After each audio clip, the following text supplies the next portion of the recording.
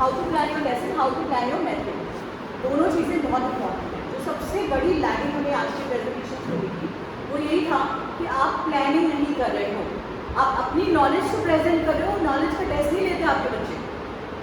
Important ये है कि आपके बच्चों तक जो आप पहुँचाना चाह रहे हो वो पहुँच रहे हैं कि नहीं, आप जो उन्हें सिखाना चाह रहे हो वो जा रहे हैं कि नहीं, और ज़्यादा से ज़्यादा बच्चे सीख रहे हैं कि नहीं। कैन यू अश्योर दैट जो भी आपने यहाँ पे प्रेजेंटेशन दिए उसके बाद में can you assure that 100% listening हुआ, 100% बच्चों ने सीखा, 100% डेफिनेटली 90% सबने सुना, सबने सीख लिया? No you can not. Trust me, honest answer यही है कि no you can not. Why? Because you fail to connect with your children. The major problem in your teaching is that you're failing to connect with your students. You're a good teacher, you're master of your subjects. That is the reason you are here in this academy. Otherwise, you would have been wandering here and there. You have knowledge of your subject that is being tested here, and then that's why you are part of this team.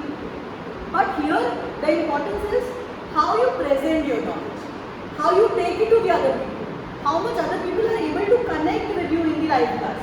How much other people are actually understanding what you are saying. How much they are able to feel free to ask their questions.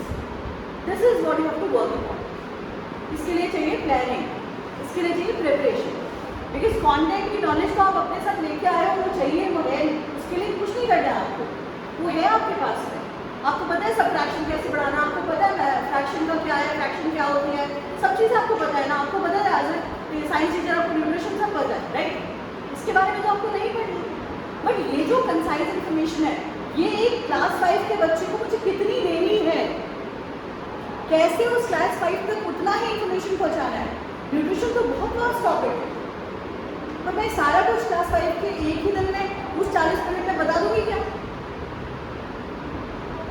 How to take it to that level wherein I'm telling to a class 5 child about nutrition. Suppose you have to tell about nutrition to a class 2 child.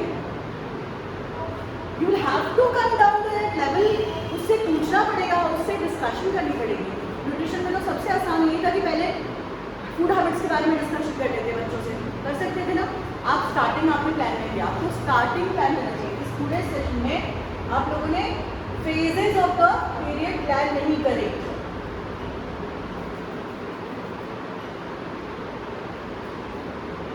सबसे major drawback लिखिए अपने पास में, phases of the period 3 phases होते हैं। आपका opening phase, पहला level होता है ओपनिंग, दूसरा होता है ड्यूरिंग द सेशन, या आप जब कंटेंट एक्सप्लेन करते हो या कॉन्सेप्ट एक्सप्लेनेशन लिख सकते हैं, इसको कॉन्सेप्ट एक्सप्लेनेशन भी लिख सकते हैं, कॉन्सेप्ट एक्सप्लेनेशन।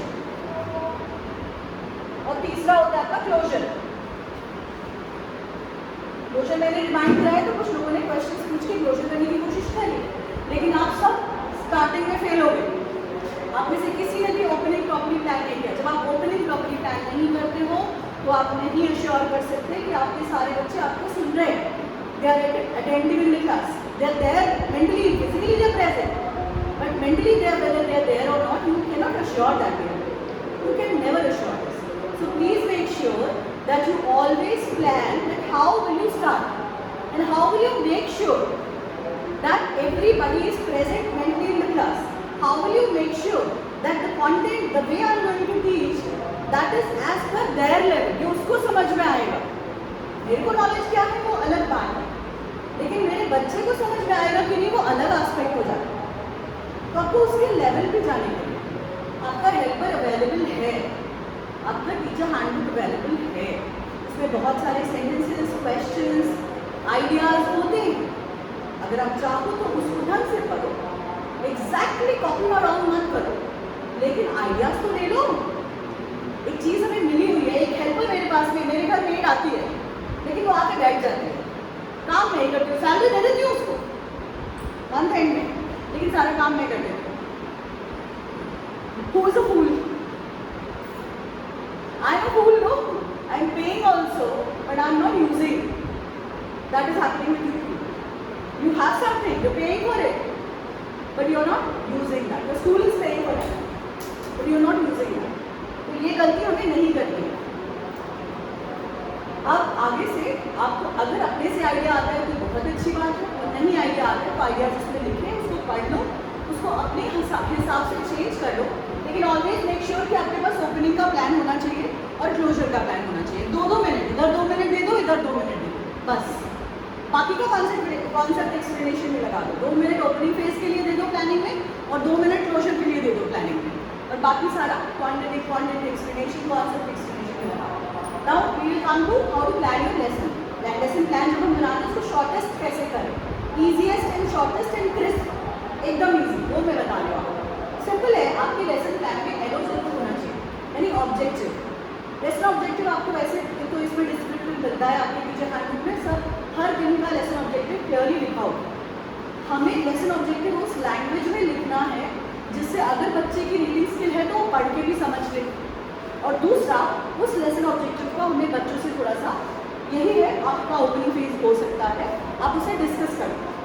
अगर आप बहुत कोई एक्टिविटी प्लान नहीं भी कर पा रहे हो, पर अगर आप ओपनिंग फेज में लेसन ऑब्जेक्टिव को बच्चों से डिस्कस कर लोगे, that is also sufficient, so that they know कि वो पढ़ क्यों रहे हैं या क्या पढ़ रहे हैं या उन्हें क्या मिलने वाला है आगे 40 मिनट। क्लियर? इसलिए सबसे पहला आपका लेसन प्लान का पार्ट होना चाहिए लेसन ऑब्जेक्टिव।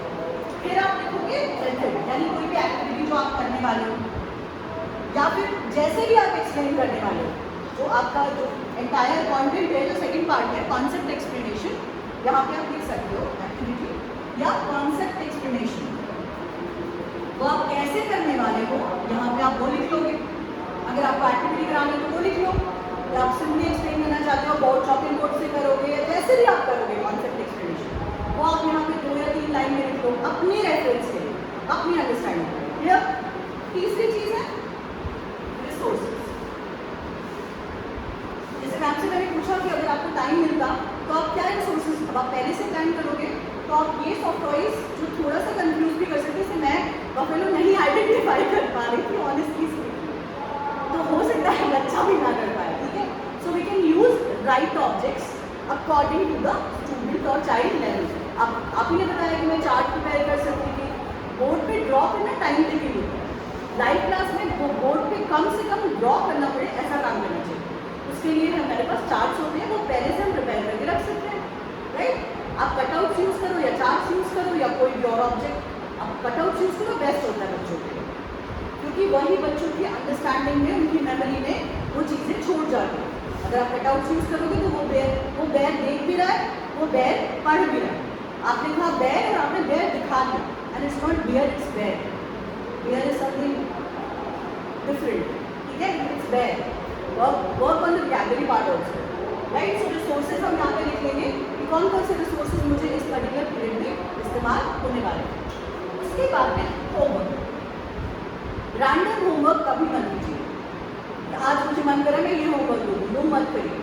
आपने जो पढ़ाया है, आपको पहले से अगर पता है कि आप क्या करने वाले हो क्लास में, देन यू मस्ट नो कि इसमें से कौन सा चीज़ ऐसा है जिसका रिविजन इमीडिएटली रिक्वायर्ड है और कौन सा मेथड सही होगा जहाँ पे मुझे होमवर्क देने की ज़रूरत है। ओरल होमवर्क्स अवॉइड करें, ऐसे होमवर्क्स हैं जिसमें बच्चे के लिए कुछ करने के लिए हो, कोई एक्टिविटी हो, कोई टास्क हो, ऐसा होमवर्क जिससे वो इस चीज़ को प्रॉपरली रिवाइज कर सके। जैसे आपने न्यूट्रिशन पढ़ाया फॉर एग्जाम्पल, राइट। अब हम बच्चों को ये टास्क दे सकते हैं कि घर पे जाके आइडेंटिफाई करना, आज आपने जो खाना खाया है उसमें से लिस्ट करके लाना कि कौन सी न्यूट्रिशियस चीज़ें थी उसमें, और खुद नहीं आइडेंटिफाई कर पाएगा बच्चा तो क्या करेगा, डिस्कशन करेगा, मम्मी पापा से पूछेगा, बड़ों से पूछेगा। So he have a list, home assignment हो सकता है न्यूट्रिशन का जो पोर्शन आप पढ़ाने वाले थे उससे रिलेटेड आप होम असाइनमेंट तैयार करें। और अगर नहीं समझ में आता तो आपके टीचर हैंडबुक में हर दिन का होम असाइनमेंट लिखा हो, अगर आप ध्यान से पढ़ोगे तो आपके टीचर हैंडबुक में फोकस पॉइंट्स में हर दिन का होम असाइनमेंट लिखा हो, आप वो पढ़ लो, आपको पता चल जाएगा। रेलेवेंट होम असाइनमेंट हमेशा लीजिएगा, रैंडम कुछ भी उठा के मत लीजिए, क्योंकि होमवर्क का मतलब होता है रिविजन। होमवर्क इसलिए दिया जाता है ताकि बच्चा जो क्लास में पढ़ रहा है उसको वहीं पे घर में जाके रिवाइज करें, ऑलराइट। और उसके बाद में हम, अगर हमें कुछ नेक्स्ट डे का प्लान करना है तो वो हम यहाँ पे लिख सकते हैं, अगर हमें ज़रूरत है प्लान फॉर नेक्स्ट डे। अगर हमें लिखना है, अगर हमें कोई रिसोर्सेज की ज़रूरत है, आज ही हम उसे पढ़ लेंगे, और ऐसा कोई रिसोर्स हमें मार्केट से खरीदना है, ऐसी कोई भी चीज़ जिसके प्रिपरेशन की ज़रूरत है, आज मेरे पास शाम को टाइम मुझे चीज़ बनानी है करके कल मेरा पीरियड है तो मैं आज ही करूँगी ना। So plan for next day, इसीलिए अगर आपको किसी रिसोर्सेज की ज़रूरत है तो वहाँ पर आप अपने रिसोर्सेज तैयार कर सकते हो नेक्स्ट डे के लिए, या फिर अपना डे प्लान, लेसन प्लान भी एक दिन पहले नेक्स्ट डे के लिए बना सकते हो। ठीक है, जो आप लोग लीव के बाद में थोड़ा स्टे करते हो, you have time to prepare your lesson plan, you have time to write. और इतने से 5 पॉइंट के लेसन प्लान को लिखने में कितना मिनट लगेगा? 5 मिनट्स बस। आप बोलो किसके पास टाइम नहीं है? The first complain I got for lesson planning is time नहीं है मैम। हर दिन 5 मिनट ही नहीं निकाल सकते हम अपनी प्लानिंग के लिए। अगर आप 3 क्लास लेते हो, 5, 5, 10, 5, 15, 5, 20, 20 मिनट्स, इससे ज़्यादा तो नहीं। क्या हम हर दिन अपनी प्रेपरेशन के लिए, अपनी क्लास को इफेक्टिव बनाने के लिए 10, 20, 25 या हाफ एन आवर भी नहीं निकाल सकते? क्या हम खुद पढ़ नहीं सकते? If a teacher is not a learner, she can never become an effective teacher, trust me on this. If you will become a learner, if you become a learner, then only you become an effective teacher. So please become learners. सीखना शुरू करें, preparation शुरू करें, practice शुरू करें, ताकि आपकी teaching और इफेक्टिव हो सके।